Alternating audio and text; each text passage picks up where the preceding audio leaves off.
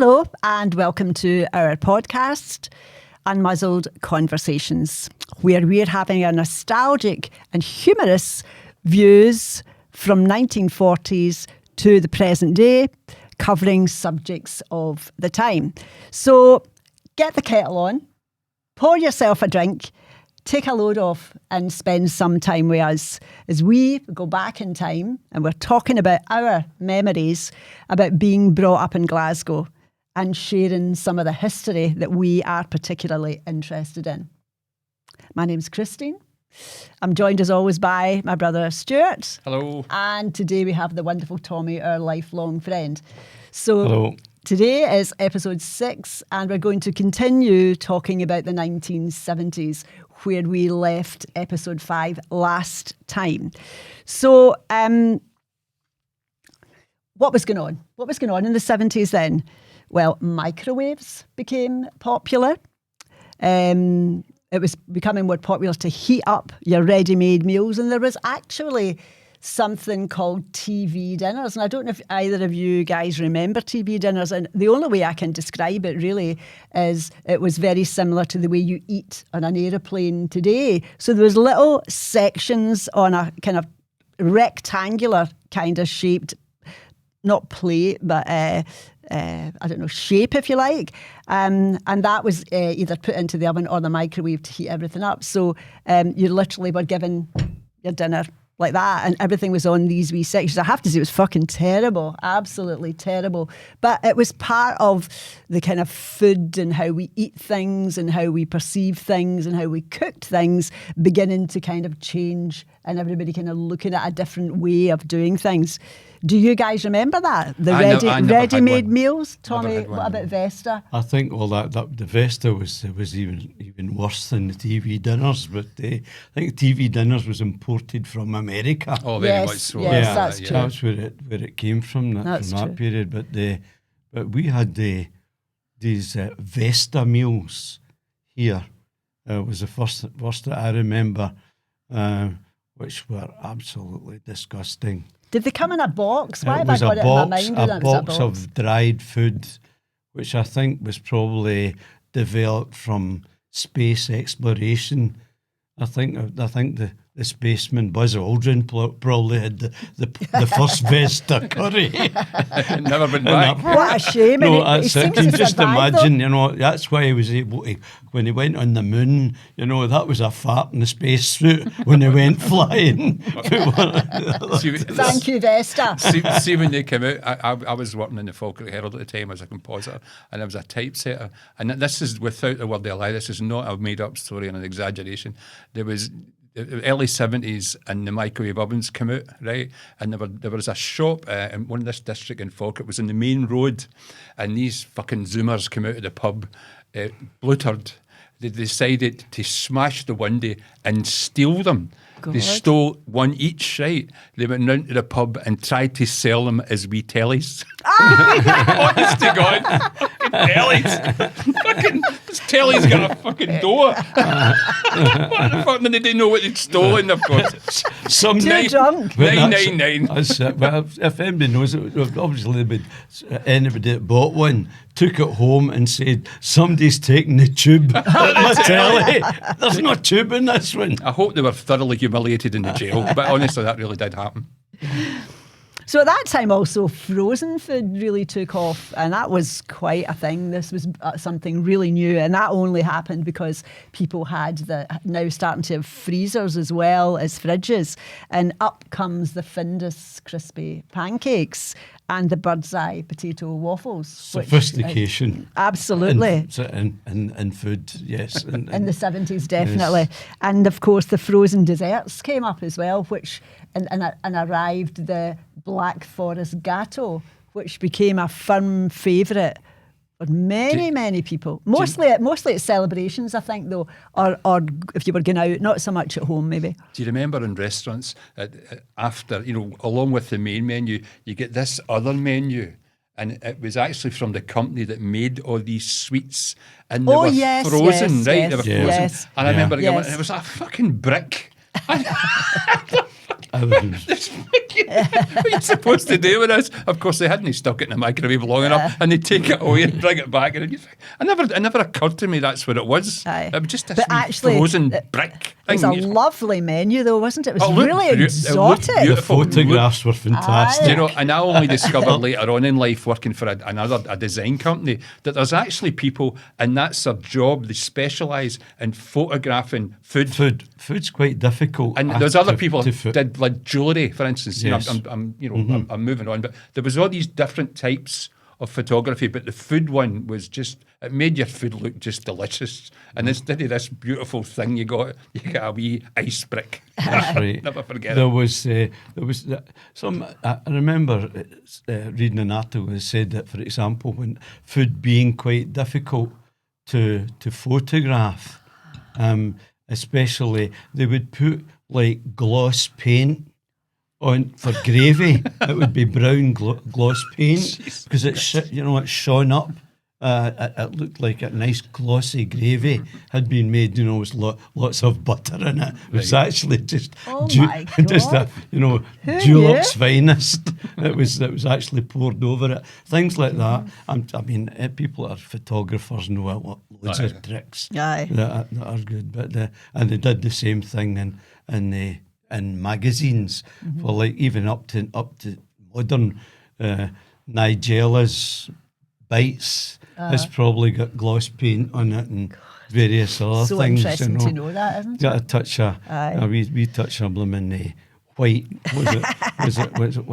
There's the types of paints? White gloss, paint. You've got satin. Gloss, satin, and matte. Right, Aye, that's right. aye. If somebody says, no, cut, it should be the matte that's in that. Who put satin in on top of that? You can imagine that. That's supposed to be a bechamel.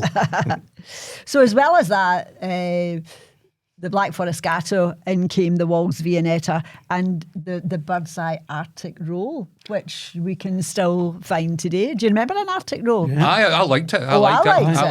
And Viennetta still available. Viennetta's still That available. was ice cream. Was that just like an ice cream thing? Ripple. It was a kind of It was ripple. like That was rippled lovely. with chocolate. I've never seen it for years, but I enjoyed it. I really liked it. I had one not that long ago. But it's one of the ones where you remember it as being something quite different. You remember it as being more delicious Exotic. and bigger and all that kind of thing. So it was a little bit disappointing. Maybe that was just me. But you were reminding me as well, Stuart, about how in the 70s there became the rise of people going to Indian restaurants. And that was a big thing, and that was when it kind of took off. Tommy was probably going before me, but I used to be a roadie with a band, and they always went to Shish Mahal, which was the most famous restaurant in Glasgow of that time, probably the whole of Scotland. And it was run by these two guys, the Aslan brothers. And I remember going every lunchtime. We were in the Glasgow area and we would get one. But I was too mean to buy it because I didn't like hot food. So I used to get chicken and chips, and one of the brothers come up and says to me, look, you're coming here, seen you a few times, you never tried the hot curries. And I said, no, I don't want to try them. Why not? Because they're too hot. He said, no, I'll give you a korma. I said, no, I don't, because I was too mean to buy one if I didn't like it. He says, if you don't like it, I'll give you your money back. And I did. I bought it, and it was just beautiful. I've been eating them ever since. I haven't moved on. But one of the guys was saying to me, that was the guys that congratulate me. And he said, and would you make it, Stuart? I says, all right, this is brilliant. I've missed doing this. Why don't you try some of this? And it was a beef madras. And I picked it, I took a wee bit, and it even looked angry. And I remember eating it and thinking, Jesus Christ. And if that bottle had flowers in it, I'd have lifted it up and drank it because it was unbelievably hot. And I couldn't understand how could anybody eat that for pleasure, but people do. And could you eat it now, do you think? I'm still very much in the kind of floury end of curries. But you like those other ones, Stuart, that come in the pot, the ones that are cooked in the clay as well, do you not? The chicken, what's that called? That's not curry though. That's not a curry. No, it's not a curry, but it's, what would you call it again, Tommy? What Tandoori. Tandoori. I like tandoori. I like that. chicken. Because you don't need to have the sauce with it unless you really... Are you a curry boy? Oh, yes. Oh, are you? Yes, I love it. No, in fact, Is that your thing if you go I make a mean curry. Oh, of course. I'm sure you would, Tommy. Forget you're a chef, Tommy. I make a real mean curry. I say with... I'm just going to jump in and just say to you, I remember one time when we were just boys, you made the most amazing omelette I had ever tasted. Tommy as a chef. It was just amazing. Maureen, my wife, still says, is it Tommy omelette tonight? I still make them. Brilliant. So other foods that were quite popular at the time were Scotch eggs, pork pies. Now, is that the ones where it was kind of like a crust of pastry around it, and there was an egg in the centre, Tommy? Was that a pork pie? Well, it could be. That was what was that called? Was that a meatloaf, by any chance? No. That's an With the American egg one. in the centre. What was that called? Like a festival pie or something like that, because was it had the egg in the middle. Aye, the hard-boiled egg. But it was pork meat that was round it. They were But, delicious. I loved but them. The I loved them as pork well. pies themselves, which are still available. No, I mean, obviously which is I think Melton Mowbray, for example. They're the Melton Mowbray pies, because they've got the heritage. Oh, have No, they? they've got Right. onto one of these heritage sites, right, so that Melton Mowbray pies like can a only good be made quality. in Melton Mowbray, and they Right. must come from there. The wee pork pies are still good for a wee lunch. And the other thing that I was talking about just earlier was about pickled eggs. And he was telling me a story. I actually read that they were to be found on the top of bar tops. And I didn't believe that. I thought that must be wrong. I cannot remember that. But Stewart was just telling me that's right. Aye, well, that's as I where you said, did see them. One of the times I was with this band, and the van broke down on a Friday night, and we had to stay over. Where we just slept in the van. And in the morning, pubs were open at 11 o'clock, and we're waiting for the AA or somebody to come in, fix the band. So we got home, and we just walked into this pub, and I was looking for something to eat. And this had happened to me before, and I ate about 6 packets of crisps for food, and I could never touch crisps again for about 40 years. But I did the same with the pickled eggs. I said, "What is that?" The guy says, "It's pickled eggs." I went, "Oh, okay, give me 6 of them." I remember I ate 6, and Jesus Christ, I've never eaten a pickled egg since. It was Cool awful. hand look. That's right, aye. Have you ever had one, Tommy? Pickled eggs, yes, but it's not What far. would you eat it with? Would you just eat it on its own, or was it to go with something? No, it was just No, it no, was a well, one-off, wasn't it? What- They were a bit a bar, as you say. I think they originated in a bar. Actually, you could still get them in chippies as well, with the That's pickled what I was onions. saying. Since I'd never as well. seen them, though. That's where I saw never them. Yeah, you Yeah. could get them in a chippy as well, but they were because of the way they were made. When you ate them, it dried up your mouth. The vinegar Aye. and the dry yolk. It was Yeah, just it was like a fucking meaty soda. Aye, that's exactly what it was. It's like eating no for me. some sort of powder, powdered egg. Yeah. They were probably lying there for years. But because it's in the vinegar, that would just preserve them, wouldn't it? Well, They're they do only a those year old, that's 100-year-old eggs in China, don't they? Yeah. No, although Yeah. somebody says it's a real con because they've only been buried for about 5 years. So as well as that, there was the rise of the prawn cocktail, and I think that one point that was a real significant factor that you were very sophisticated. If you could order that at a restaurant, things became more fancy. Before that it was maybe soup you would have ordered as Aye, a of course, starter, yeah. and now there was these kind of options now. As well, I think mostly favoured by women, but I seem to remember you liked them, Stewart. I don't remember, Christy. I They probably came in did. little dishes, Aye. like stainless Aye. steel little dishes. What do you call them, Tommy? Well, What dishes? that was almost like an ice cream coop. Aye, so it was. That's aye. exactly. And the Originally, lettuce. now they're then it developed into more into the sort of wine glass. That's You know, right. with the Yeah. with one delicate prawn hanging on the edge. And Hanging some on. lettuce. and you get and they charge you double the price. Yeah. You know that. So that was the sort of feeling of a kind of something a bit more exotic. I mean, I would imagine up to that point, most people had never really tasted prawns. Or really, I mean, No, we're not in the Scottish But menu. I it don't wasn't some people like to look of, remember? I mean, they look like wee beasts, so probably for that reason, a lot of people wouldn't touch them. That would certainly be a food adventure Aye. Yeah. for people at the that start, time, at that especially time. you've got with the Mary Rose sauce that goes with it. And Most I people wouldn't developed. even know what a Mary No, Rose a Mary sauce Rose was. sauce. I still It's don't. just that's what I'm saying. Pink That's not sauce. It's just Pink sauce. it's just pink sauce. Well, mayonnaise and tomato sauce, basically. Aye. Basically, that's what it's tomatoes. You've got to throw in as well, but our parents, and I remember my in-laws as well, parents-in-law, they would never touch Indian food. Oh, No. highly suspicious. Highly You don't want suspicious. spirits being in your That's right. So back in those days, I suppose that places like the Sheesh Mahal and places like that would have been populated by young people then, Very Stuart, much so. for that reason. Aye. At what age would you have been at I that was, time? Early 20s? Aye, or- early 20s, aye. So I had been going for, I was about maybe 19, but I went all those times, never ate. Yeah. I never ate Indian. But I'm thinking when you were in there, it would all be people the same age as you or There were similar. some older Gosh. people. I mean, older people, maybe people in their 20s, even their 30s. And the big thing about that was, remember, we never did it, but you could take a drink with you. It wasn't a license. Oh, yeah, That's remember right. You could that? bring Yeah. your, Bring a your own bottle. booze thing, Bring a you know, bottle. which Yeah. was great. You know, people, there was guys going in, be like, a crate of tenants. You're going to be there a while, you know. And then they decided to charge you corkage Aye, in some aye, places. aye. Although I don't think I don't remember them ever doing the it. sheesh ever No, doing me that neither. for you. You know, you could come in with a carry out and just get absolutely Guzzles. pissed. No, and a curry. For 10 shillings. That's right. Aye, yeah. It's funny though, isn't it, how parents were so kind of adverse to anything new or anything adventurous. Because Even Chinese food as well. Oh, Yeah. Chinese. I don't think I've even tasted Chinese food. You know, I don't must- think I have. Must have no. been it. Maybe when I was younger. must have but had I a just- Chinese. Yeah. What? You must have had a Chinese at I some know. point. Well, we maybe called it something else Yes, then that's back, right, back yeah. in those days. But I don't remember. I've never been much of a food person and quite like to. Probably I'm not adventurous, a bit like my parents. I'm kind of just like to stick with what I know. But of course, the other thing that made its appearance for the party food side was the pineapple chunks and cheese on a stick, as you reminded me, into a grapefruit. So again, sophistication par excellence.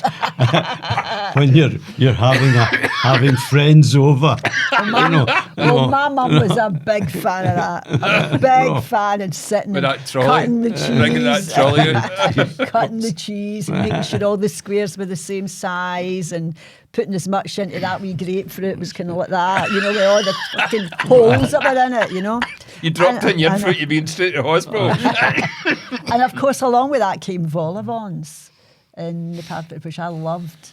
Vol au vents chicken, Tommy. It's supposed Aye. to be chicken. We don't really know, but we think it was chicken. Oh, With it a kinda probably be chicken in it. shreds of Oh, chicken with a that's kind it. of mayonnaise. It was a lovely. Somebody did a love. In fact, you probably again still buy all of these things, although people don't. But you could get a nice. Somebody did a nice tin of cream chicken. Oh, that's right. That's either that or mix some chicken with a tin of Campbell's thick chicken soup. God, I There are remember all these that. things that you can. There Oh. was always there was different ways of sophistication. Yeah, There- but remember that- I remember a couple of years ago, there was a couple and they'd been married for 50 years. And when they get married as a wedding present, somebody gave them a can of chicken. And they actually said at the time, we're going to put this away and eat it and when we have a party on our 50th wedding anniversary. And they did, but they got a chemist in to analyse it, and it was perfect. Oh my Yes, God. absolutely perfect. After all that time. As long as it's sealed. Yeah. And it hasn't been, if it drops and maybe a wee tiny bit of metal goes into it then. Yeah, that's it. But if you've just put it aside and you could leave it for 1,000 years maybe, and it would be all right. But anyway, they were okay and they enjoyed it at the party. I bet nobody else hated it. Oh no, we're okay. You're all We're full up. vegans. Use wire in though. But as well as that, the tin stuff makes me think of that lovely free bench or steak pie, Stuart, which is to this very day. Oh yes. I was one of stocking your- up in one of case I your- was ever, when Geraldine was away for a while, I had 3 or 4 of them. Free Bennett. I don't know if I'm still alive. I See, when you open it, it tastes beautiful, but see that kind of grey colour, the Oh, pastry, grey and the pastry. blue meat. What was that? What kind of animal was in there? An armadillo or something? Would you say a walrus? A walrus has been washed up in the shores of Argentina. We'll take that as Oh, well. it was definitely roadkill that was in it, but Alligator. it was definitely tasty. Oh, it's I mean, Tom, when we had a flat together, I mean, a meal was most nights, quite often 2 or 3 nights per week, we would have a Fray Bento steak pie and a tin of ambrosia creamed rice. Was that with Tommy? With Tommy. Well, this is another friend of ours, Tommy Howe. I stayed with Tommy for 3 months. Every night, every single night without exception, was a free Bentos and what was a bird's eye strawberry something. It was like a strawberry whip. Oh, whip. Yeah. It was brilliant. I never once complained because Tommy made it and it was brilliant. Again, that must have been part of the reason for the brain death. But of course, you also could get tinned potatoes in those days as well. So if you didn't even want to right? peel your potatoes, Aye. you could get tinned potatoes as well as the usual things like tinned carrots and all that. Do you know, Christine, I'm just remember when we were young, there was a family across where the Smiths, and they'd a big vegetable shop near the barras. Yeah. And I remember what some women come in. It was dead busy, really big, busy, vegetable shop. And some women come in and asked for a packet of mash. Asked them, do you sell mash? And she said, in front of everybody, get yourself to fuck out of here. You should be in a house making your husband proper potatoes. Send her out of the shop for asking for mash. Smash. One where you had the wee aliens. It was a packet. The most regarded, the most famous advert on television. Aye, that was quite funny. They eat them with their metal knives. That's right. It was like So the there you aliens go. could make a fool of us because we were so far behind the times. They certainly picked the right point, the 70s, didn't they? So what were we watching on the telly then in the 70s? We were watching things like Kojak, Grange Hill, Emmerdale, Fawlty Towers, got to be one of our favourites today. They're absolutely brilliant. Definitely. The Professionals. All Creatures Great and Small, which, I mean, there's another new one being brought out just now. So those stories never die. And as far as Scotland and Glasgow is concerned, we had High Living. Our first Tommy. Scottish soap. Remember when Tommy was in the 70s, Tommy was playing with the Chris McClure section, and they did two tours with Billy Connolly. Yeah. Well, I think it was the first one, and Tommy was backing Billy Connolly because he was singing then as well. And remember that Tommy Howe and I, you sent us tickets. We went to see the band, and then after it, we crossed the road into the Griffin Bar, and Billy Connolly's holding court in one of the alcoves, and he's talking to me and everybody's just listening to him. And this guy walks in, and you says to me, Stewart, this is such and such. He's our producer. And I says, I remember you. He says, oh, how's that? I says, you played a thug in High Living. And he got up and walked straight out the door. Do you remember that? Robin Lefebvre was his name. And that's his real name. Robin Lefebvre. If you no, but he was the director of the show. Aye. When in there. But there was what was her name? And she was Ella in High Living. Oh, I wish she was married to one of the Alexander brothers as well. And in fact, one of the early, after a pavilion show, but Billy's first show in the pavilion, before we moved to the Kings, and you met him then, we went to a party in her house in St Vincent Crescent, which is near where Red Cell was. Was it? Right. Still houses there. Very posh. Aye. Right. It's a big flat there. And it was like there was all these, arty people there, with cigarettes and holders. Oh my God. And smoking jackets. What happened to that guy? Did he ever do anything? Or did he just do time in in the jail? America, as far Did he as do time in the jail, I maybe? actually, it was very good. I went down to London years later. I was trying to flog some songs that I'd written with John, the guitarist, when you met in Newcastle. And we went down from Newcastle, and he put us up. And he was staying in a flat behind, no Harrods, what's the other big stores in Oxford Street? Portman Mason? No. I don't know. I'm not used to big stores. stores. You'll know the names of the stores. I'm just Harvey trying to remember. Nichols? No, it's more. It was like the equivalent of Lewis's in London. Anyway, it was just the back of Oxford Street, and he had a flat there. Nice, that's and he lovely put us there. up for a couple of nights. Oh, well, good. Which and Did he fed forgive you us for and- knowing me? No, he's actually he was a very nice guy, but it's obviously didn't. Oh, his ego. Hit the didn't wrong- know hit his the ego, wrong you button know, that day. no, Yeah. High living obviously wasn't the highlight of his career. He should have been happy that somebody recognised him. You know. Clearly not. He's trying to bury that, clearly, but no chance. I don't know how he could portray a thug, you know, No, he because was, it didn't look that hard ever. But he was a thug. He maybe he was played an a thug. actual Because my mother actor. used to watch High Living. Oh, and she it. did. She did. Aye, so I yeah. must have watched she it did. along with her. And the other thing that was on the telly was Sutherland's Law. Do you remember that? Ian Yeah, Cuthbertson. I was Ian Cuthbertson. Was he a meant- lawyer in it? Or? Yes, he was Yeah. a procurator fiscal Oh, in that's Oban, right. Ah, of all right. places. Aye. That's what I have in my mind. It was at Oban. And of course, I couldn't not mention Scott Sport with the fantastic Famous. Arthur Arthur Montford. Montford. And my mother was a big fan of Arthur Montford. But of course, there was the thing about Arthur Montford's jackets, was there not? And Aye. my dad was told that he would be getting one. He would be getting an Arthur Montford jacket. So there must have been a specific, were they all checked? Aye, it kind was of sports. Yes. like a sports He jacket. invented words. Did they? Stramash. Remember, nobody'd ever heard of the word. What a stramash. And then it come up with something else that I can't remember now. But nobody'd ever heard of these words before Arthur came up with them. But it was They're very quite, appropriate, though. But it was quite iconic, wasn't it? And everybody seemed He's to a nice like guy. him. I don't Lovely remember guy. He knew his stuff. anybody. He knew his stuff. Yeah. Yeah. You know. Yeah, and So was he the sort of main presenter for? And did he interview people and things like that on Scott Sport, or was he just giving I don't think- commentaries of the games? Or? Yeah, but he would give an introduction to the game, and then you would just see a wee bit of film, the highlights. Maybe he Some did of an the- interview, but I don't remember. Some of I don't think there was any interviews at that time. Bob Crampsey, because, remember him? Oh Bob yeah, Crampsey was on it. was Crampsey, there. yeah. Archie McPherson. But he was the yeah, BBC, yeah, though. That's right. He was the BBC that's right. version. Aye. The Scott Sport was STV. Was STV right enough. But he was. I met him a couple of times. And a lovely guy. Supported Morton. I remember He's a that.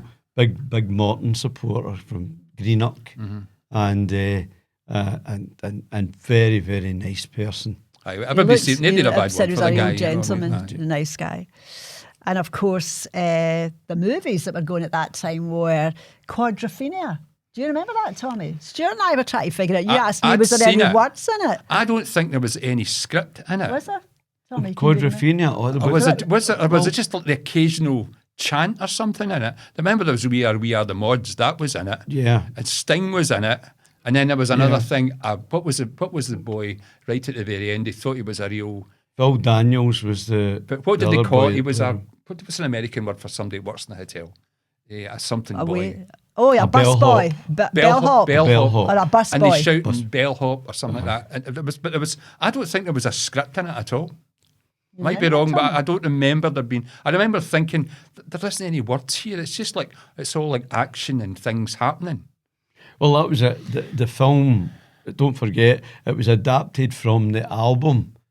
No, Aye, of course. first. That's no, right. He'd written the album as a follow-up to Tommy, which Was I it? inspired, Oh, right. obviously. Obviously, Of course, you of know, course. I don't know. Oh, you're talking about Elton John then? No, No, Pete no, Elton John. Townsend. Oh, Pete who had- Townsend. I Elton beg your John pardon, beg your did pardon. a version of Tommy, but that was years yes, later. that's right. He was, Sorry, yeah. that's right. Pete He was Townsend. He was also in the film. He was in the film when they made Elton Pete John was Town- in, alright. Aye. in the film. Pete Townsend was in it too. Yeah. But when they made a film of that, and because of that, they'd moved on and said, right, we'll make a film of this Quadrophenia. Something might come up. But what's his name? Ken Russell. Oh, yeah. Would that Might be well the be. director? That was the Ken Russell era. Aye. Because it was all kind of mad things that he Aye. used to Yes. do. And Ken quite. Russell. So if you said there was no speaking in it and it was to do with Ken Russell, I would say, oh, that would be right, because he just did things that nobody would have thought of, rightly or wrongly. He just was quite experimental. Sometimes his stuff was really odd, the stuff that Ken Russell I got don't involved think in. Quadrophenia was a huge success. I think the music was obviously brilliant in it, but I don't remember a lot of people saying we loved it. I I just watched it and it was all right. I don't I've no recollection of the film. I know I've seen it. I know the scooters around the Brighton right. seafront That's and right. all that. And the Very Packers. famous people in it who became became famous. But I don't think it was a success at all. I might be wrong. I don't know. I don't think that Ken Russell had a lot of financial success. His films were more artistic and pushing the boundaries kind of thing, were they not? I don't think I saw any films that I liked. What was that one? He did one about Tchaikovsky. I think it was him that did it. He did. And it was really gory. It was That's quite right. horrific. Glenda Jackson was in it. Roger Daltrey played him. Did he? Roger Daltrey played. Was it Tchaikovsky? Was it either Tchaikovsky or another great composer? Okay. He got because I think he directed Tommy. I think he got involved in Quadrophenia. Right. And what was that other? There was another, The Devils. Oh, that was terrible. The Devils. Jesus Oliver Christ. Reed.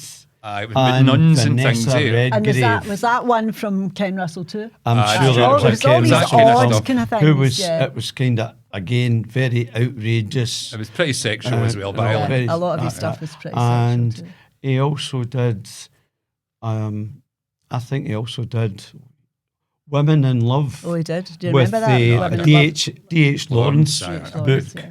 yeah. Couldn't watch did it, that. sorry. No. You either liked him or you didn't, and he was Not very. back in acquired No. taste, I think, Ken Russell. So, but apart from that, there were other really, really momentous films like Star Wars that came out in the 70s, Jaws, which was a Fantastic. Still fantastic. watching. The Godfather. Watched it the Don't other know, I night. haven't got 1 The and 2, I think. Godfather. The Godfather, Maybe, yeah. early 70s, 72 and then 74. 1 and 2, I think. To me, they were the best films Yeah. of the year. They were just brilliant. I watched Jaws last week. Did you? It was, you're looking for some. The television is, is We've got so much to pick from and we can't find anything we like. That's right. So, Do you know, I remember buying the book, and I thought the book was terrible. right. A lot of stuff in the book they didn't put in the film at all. Like, there was a romance between the policeman, the sheriff's wife, and the guy Richard Dreyfuss character. Right. But they just completely scrubbed, which I'm glad they did, Right. I because it remember just Robert Benchley. he wrote the book. wrote That's the right. book. Aye. He wrote another one as well with that Australian actress was in That's it. right. The film, I can't remember the name. Aye. She was lovely.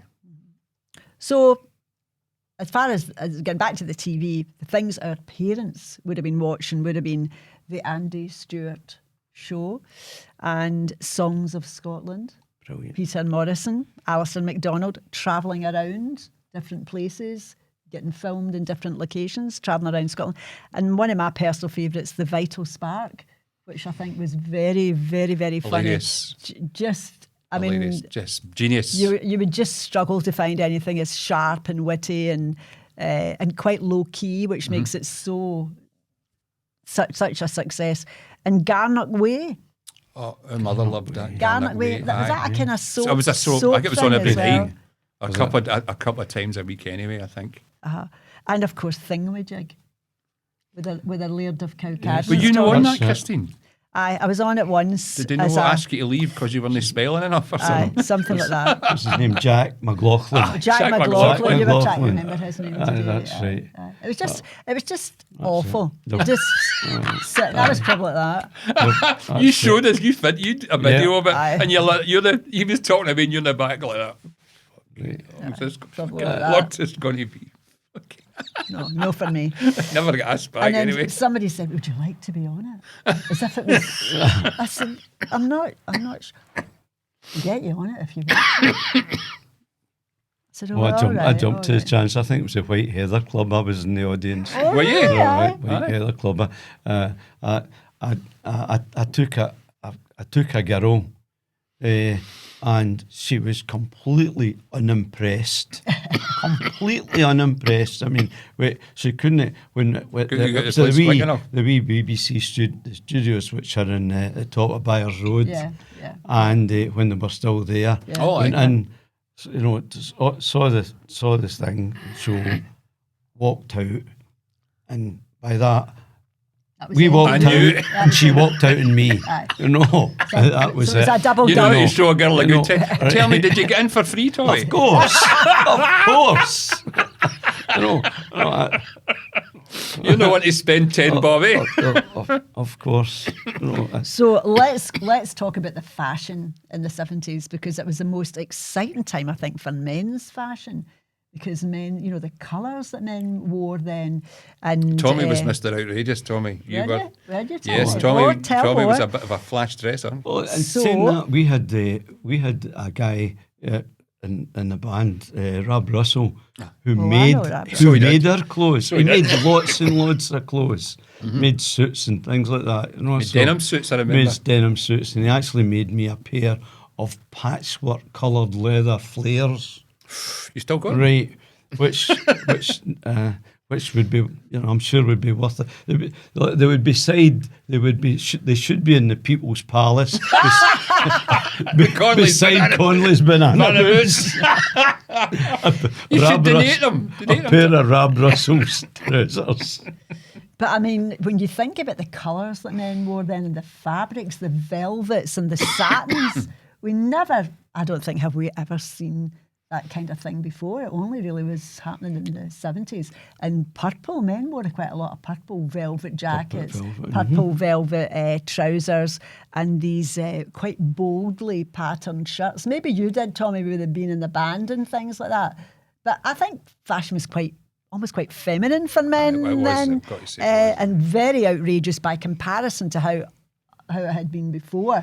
It really was steps into the future. It surely doesn't have developed, because when we were talking about this, we were talking earlier about the 60s, where you, as you said yourself, you looked like everybody looked at your da. You just looked at your da. And then it developed in the 60s, where it developed then into the long hair, and the generation of the 60s had an identity, and we developed it into the 70s, and it just flourished. It just went. Again, there was no. Ken Dodd was never in the charts in the 70s. Is that right? No, that I know of. I can't remember. I think by that time, the top 20 was just young people's record. There was never. But there'd be odd Tom Jones and things like that. But I suppose Tom Jones occasionally, and one or two Elvis things would be in, but mostly it was, and even then it was, kind of rock influenced, rock pop influenced records. There was nothing. The oldies were gone, and this the Percy Faith Orchestra, the Percy Faith Orchestra. There's a couple of Julio Iglesias in there. Of course, the other thing that was a big thing for fashion was the suede thread, this fringe jackets. Yeah. Did you have one like that? No, I didn't. I bet Tommy had one. Did you have one, Tommy? I had one. And it's actually a light blue leather, but there was a shop, and I don't remember the name of it, and a shop that was in the corner of Bath Street, and you went down a few steps. Remember all these shops that were they're still there now. Still there now. It was down there, and it was the corner of Bath Street and Hope Street. Right before, just before that, because that's Watt Brothers. Right, so the corner before that, that's where it would be. Okay. And he imported old American clothes. Oh, that was a big thing. My son Kevin, years later, he used to buy lots of stuff. There was like T-shirts and jeans and things like that. Right. Apparently they used to fill a whole container with just like American clothes that were second-hand clothes, and bump them over here, and they would take them and press them and check them out and then sell them. Well, I got a cracking fringe leather, jacket, straight out of, been somebody, definitely a rodeo that the guy he probably got stomped to death with a bull. Somebody stole his jacket. He probably put his jacket on his head. Somebody says, he'll not be back for that. He's not coming back. That's it. He's away in a stretcher. He's lost an arm, so he'll not be needing it anyway. And that's it. And of course there was the Afghan coats. Did you have one of them? Yes. My God, you're such a fashionista. Oh, he was. He was a man. Wait to become the platform shoes then, Tommy. Right, saving the best for last. I had platforms. Sure, you didn't really have them. Really. No. I had the kind of cheapo end of You platforms. were, The lower end of platforms. You were big then. I was You were like an that, absolute Tommy. Oh, boon yes. to me. I was waiting for the shop to open at 9 in the morning when the first lot came in. And the first lot came in. Actually, the first ones I really couldn't afford. There was a guy actually made them in Govan. Oh, I God. remember. Yeah. I never got a pair of them. Right, and they were real beauties. Aye. But at first I couldn't afford those. Mm-hmm. So Chelsea girl made them, sold Sasha, them. do you remember Sasha? I remember Sasha, but we went to Chelsea girl. There was 2 or 3 years myself, Andy Boland, V-Rab. We went to Chelsea girl. And there was only, I think there was like 2 shades. Was a sort of peachy colour and a cream. Were they boots or shoes? Chelsea Tommy? boots. Boots, yeah. So you were wearing women's clothes? They were big. A big reveal. Well, Been quite, I was probably been quite low key about it it. was hasn't it? probably more than boots that I wore that were women's. I mean, You're not going to talk makeup here. You've got a photograph of that lace shirt. I'm sure you showed me. You were going to blackmail me with,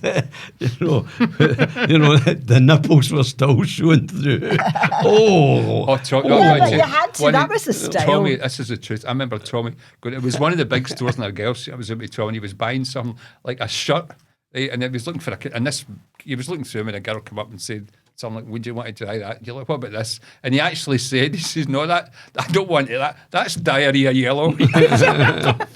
It comes up with stuff like that.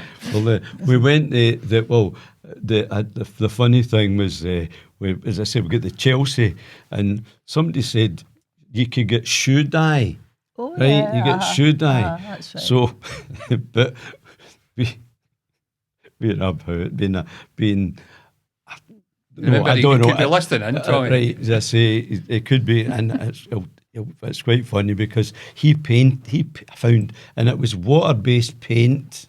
Brilliant. that he actually painted his boots blue, right, and then we went to the football and it rained. No. And he's looking down in the terrace and this blue paint was floating down the steps. And somebody shouting, "Where's that fucking blue stuff coming from?" You with the pink boots. No, that. Of course, for the women, there was mini, midi, and there was maxi skirts and dresses, and anything tie-dye. Stuart was saying to me maybe that was more the 60s. Was it, Tommy? Is that your recollection as well?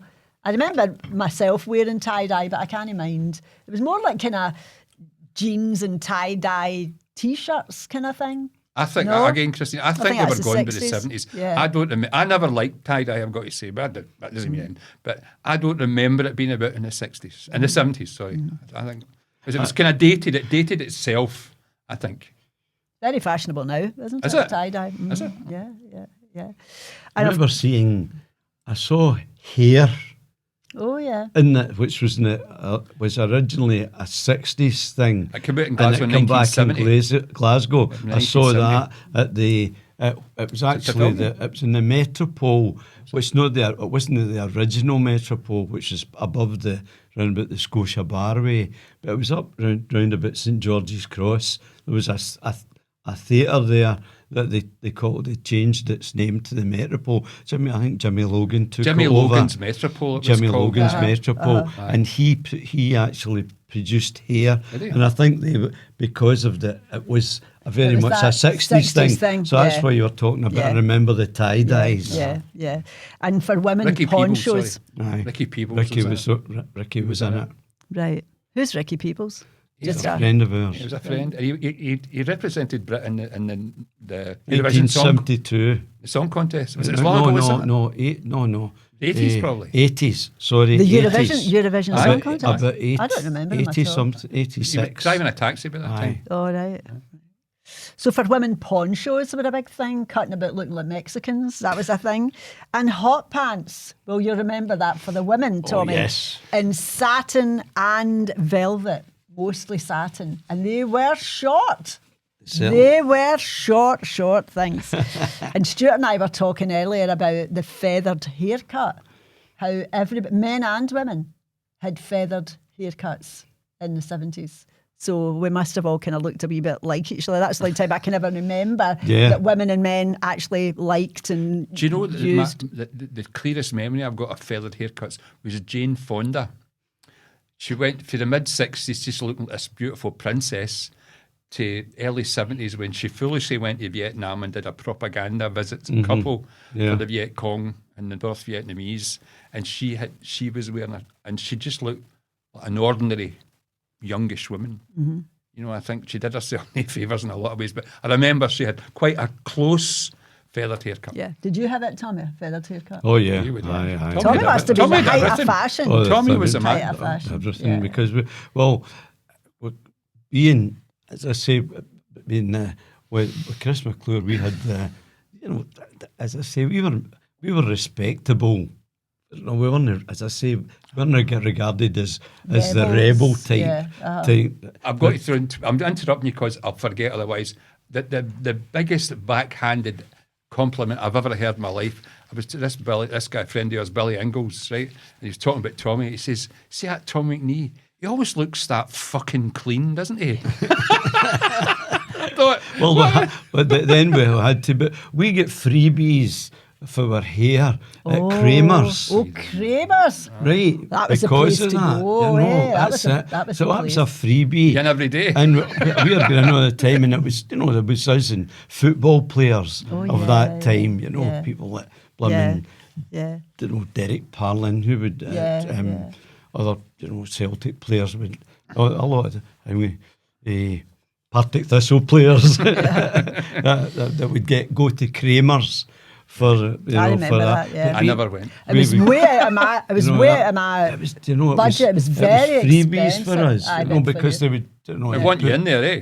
They just want people to to come in. Yeah. But, so Tommy, remember I was telling you, Christine, and I couldn't remember the name of that hairdresser. It was famous. It was called Fusco's. I couldn't afford it. I never went. Was that, it was in Cambridge Street. That was in Cambridge Street, but that was Fusco's, 60s again. That was way back, because then there was in fact, because there was a shop there that used to it's called Esquires, who made shirts, bespoke, made to measure shirts for people, right? And they'd all these designs, and we're all Americans, and they'd American names like the Sammy Davis Jr., the Tony Curtis, and all these things, when it first came through with the little pin. Button down. But no, a little pin through the collar. Screwed through the collar, all Uh-huh. that thing. And they had these big button-down shirts, but they had big long points. I remember they that. always called them nose pickers, because if you unbuttoned it, you could get a Gaudi right up here. Move on. Right. So Not that I ever did. So the other thing about the 70s was really when the abroad holidays really started. Christine, can I just interrupt again and just say something else that was big in the 70s and I'd forgotten about it? Blue Nun. Oh, yes. Very, very Most popular. people's first ever introduction to wine was the excellent Blue Nun. People laugh now, but it was brilliant. But it's a bit like people wouldn't say wine, they'd say, "Have you got the Blue Nun?" Do you know what I mean? It was just expected that that's what it would be if it was going to be. I remember getting a Christmas meal with in-laws and their relatives, and to my absolute, the guy, it's a lovely restaurant. The guy brings it, whoever's somebody at a table. There was about 4 tables, and he would say, it was always one of the men. He would say, "Do you like to try it, sir?" And this guy drank it, and he said, "No, that's not right." He sent it back. I remember being mortified. I thought, how can you do that? They probably spat in it and gave us it back again. And they tried again. No, that's fine. Aye. But Blue Nun was a big thing. It was a big thing, and it was everybody, wasn't it? It was just. I They don't thought think it was people. any other wine. I was going to say, I don't think people realised there was other things to choose from when was it came to was white there wine. any- La Piador, yeah. That came later, did it not? No, it was the 70s. Is it lovely Christine, the same 70s, time? Christine. It was in a box. It was in a wee wooden box with straw. My mother thinking, God, this is the real deal. No, It's in a box Loved with it. straw. She absolutely loved Did they it. sell it in France? Did they No sell it? good enough. Gear that to Send the it. Glaswegians. They'll love it. Scottish, They'll devour it. They'll think it's great. It's in a box with straw. That's it. And there's this big, huge crate that says stamped in it for the Scottish market. You know? Or the stuff that was dropped. So the 70s was the time of holidays abroad and things were really changing now. Probably before that, and Spain was their favourite destination, Mallorca and Benidorm being the main two particular places. And it says here that by 1979, for £50, you could spend a week in glamorous Mallorca with hotel bedrooms offering balconies and the luxury of an ensuite bathroom. So life was really changing. Tommy's got an ensuite. Have you, Tommy? But most people now have. We would have one as well. We would have one as well if there was a door. Just doesn't have the door. That's right. the curtain. So you can see that we were being exposed to all sorts of new things that were definitely going on. And I wanted to talk about, because you remember this thankfully more than me, about the co-op stamps and the co-op divvy, because nothing like that exists anymore. I know the stamps are a bit like probably like a Nectar card or a Green Shield stamp. Green Shield was a big American company that did that. Was that to do with fuel, Stewart? Fuel, everything. But I remember it because I was a roadie, so I was driving the van and I was filling up with petrol. So I did quite well with the Green Shield stamps, but you needed a lot to buy something. That I couldn't remember what you bought. Maybe a pump for a lot of car things, I remember. Mm-hmm. Maybe I got a jack for the car, foot pumps, battery chargers and things like that. But it was money. It was like something for nothing, if you used fuel. Eventually, it started. I think that there was they started competing. Garages started competing, and it said things like "Come here, twice extra stamps." And it said twice as much, double Green Shield stamps. Mm-hmm. And then somebody would say, right, 4 times Green Shield stamps. Eventually, some garages were actually selling 10 times Green Shield stamps, so that they could. And there was queues outside the garages, just to get all these. You could get 10 times the Green Shield stamp. Mm-hmm. So they must have. It cost them. Obviously, it cost them nothing to give the stamps out. Very little. Right, so they just dished them out. So there was lots of things like that going on, but I think the thing about the co-op was the divvy. That's it, which was in cash. Was cash. A cash we were dividend. talking about the fact that maybe you had to go to the shop. Did you think it was every quarter? Is that what you said, Stuart? I don't know, twice Christine. A year, I don't know. So you would know, they would probably notify you, or maybe you knew yourself. If you would be given a date. Say it was 6 months, or you would just say, well, like on the 6th of July, for instance, that from then on you could claim your dividend. But I mean, there's nothing like that nowadays, is there? I mean, there's nothing to even slightly compare. So this would be about the amount of purchases that you had in the last quarter. Do you know what I mean? I remember, Christine was saying, I had forgotten this. There was a big co-op in Springburn Road, and I had forgotten what Christine was saying. They sold everything. They sold white goods. But unfortunately, they sold clothes. And I remember being 15 or 16, and I would have loved to have been a mod, but I had no money. And my mum asked, can I get, we're going to a wedding, she said, I'll get you a suit. Oh, fucking brilliant. I'll get myself a suit with a big pleats or whatever the fashion was, into the fucking co-op. And it was one of these, with these wee old guys that would fucking pull it in. And you look great in that.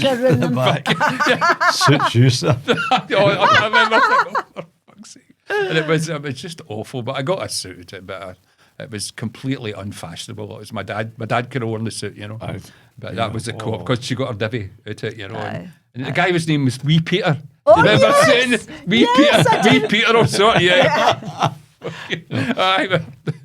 Come up with a tape measure. That's right, absolutely. But he really did. He would fucking grab you around the back, because it wasn't made to measure. It was just off the peg. So you would get something that was maybe miles too big for you, and you'd get a big crunch and fucking pull it back. Well, that's no bad. It's fitting you with. And then you let it go and you go. You had to have your number as well. Oh, we were talking about it. Some people it's embedded in their brain. It's like their army number. Somebody Never can forget actually say, I forget my the family number for the co, but I don't remember mine. But I don't remember. But there are people who, if you ask them, would tell you right now, oh, yeah, that's right, because when you went, you were sent. When you get sent with the 10 shilling note and in the bag and the list to get get the messages, and the number was on it, and they stamped. I think they stamped a book. I was a co-op book. A co-op book. A BA5 stamped book. And then you could go and get the divvy, which, as I say, could be the amount of money that he did spend in food. It went straight to the co. They're always going there. It's the equivalent of a Tesco club card today, I would say. It's a loyalty thing. Card. Aye. It's a great idea. But the divvy thing was extra special as well, because it was almost like being part of a company. The way if you were a director, you would get your dividend. That's right.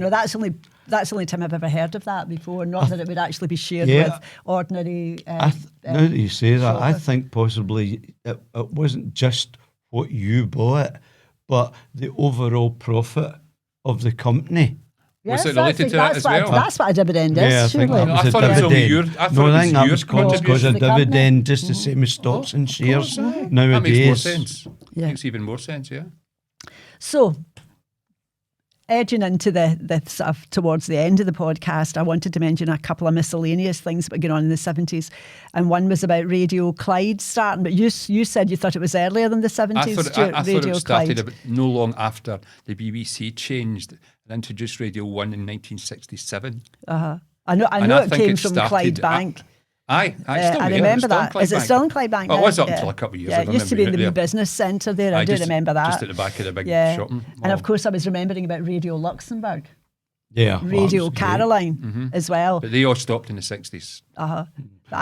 Radio Clyde originally was in Anderson.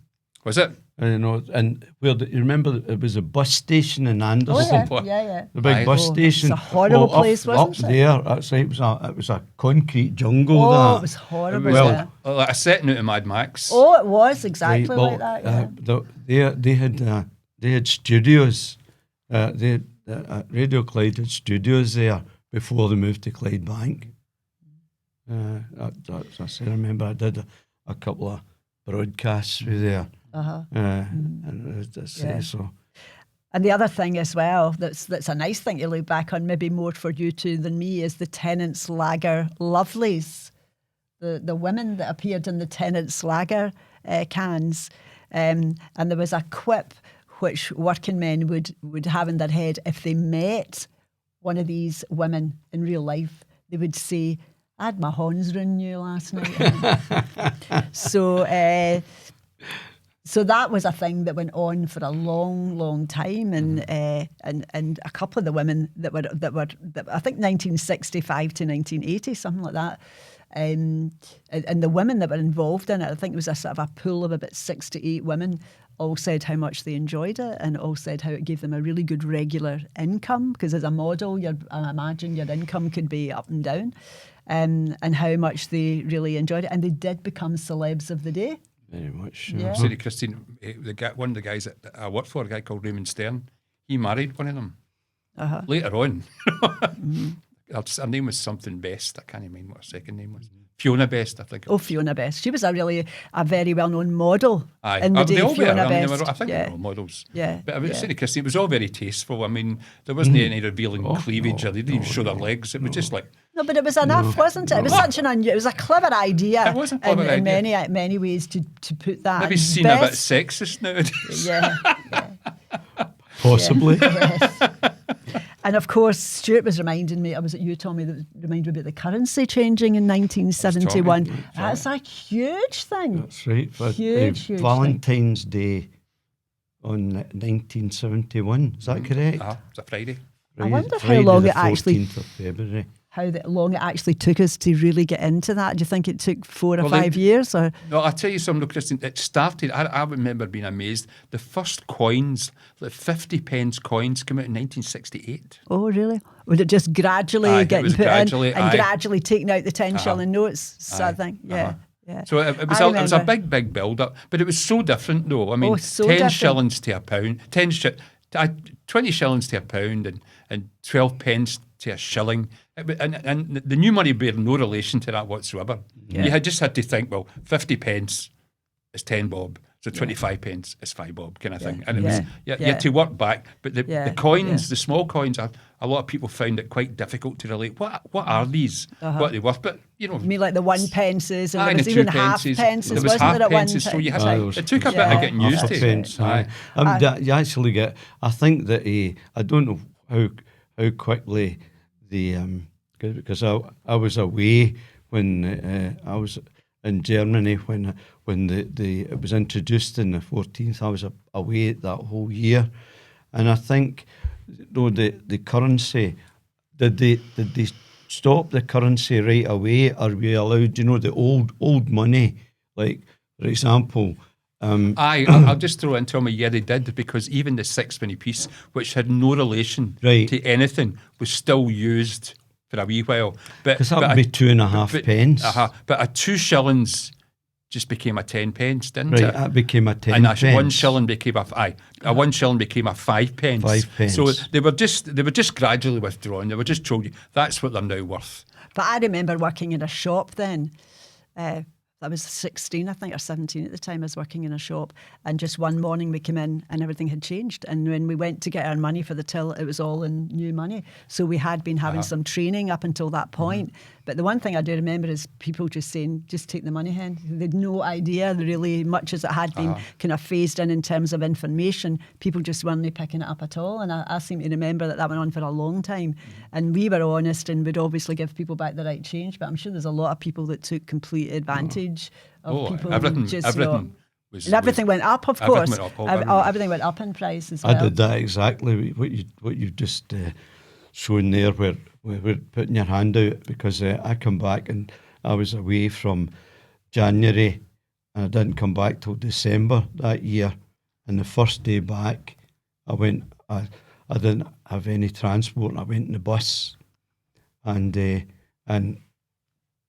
my family gave me some money at the time, because I just went on the bus and I just gave the smash, the various smash, and said, I'm going into the town, to the conductor. And I bet he was used to it, because so many people were like that. They took what was right. So there you are. Yeah, that was it. I remember going up to the 80s when I was living in Lennoxton, and this elderly woman had she's a bit of a drink problem, and she went down and she was asking me to go and get a bottle of whiskey, and she gave me a £10 note, and she said, look, there's a 10 shilling note. Well, I need more than that. So, this is 1980s, so that's 10 years, maybe even 15 years later. God, think how much just money. Didn't get it. Yeah, absolutely, yeah.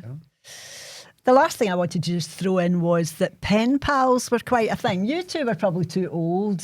You were too sophisticated to have a pen pal. But when I was younger, you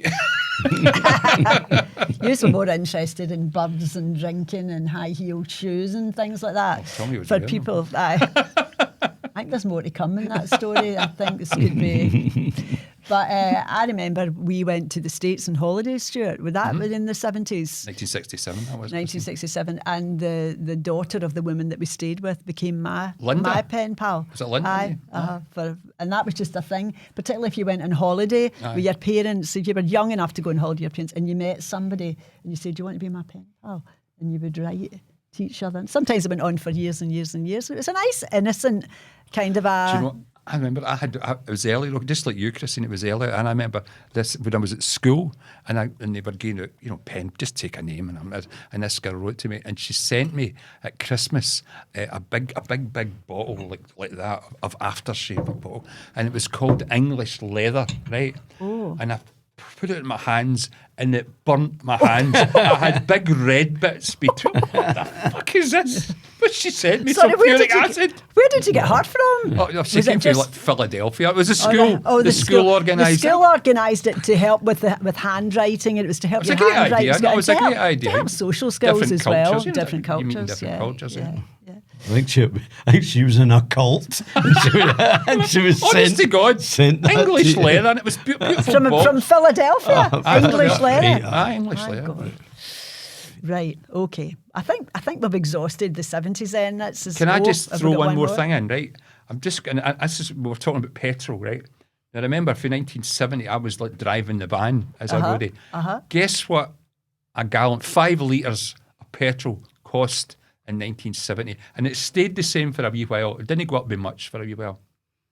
A gallon, 5 litres. I wasn't even driving then. I have no idea.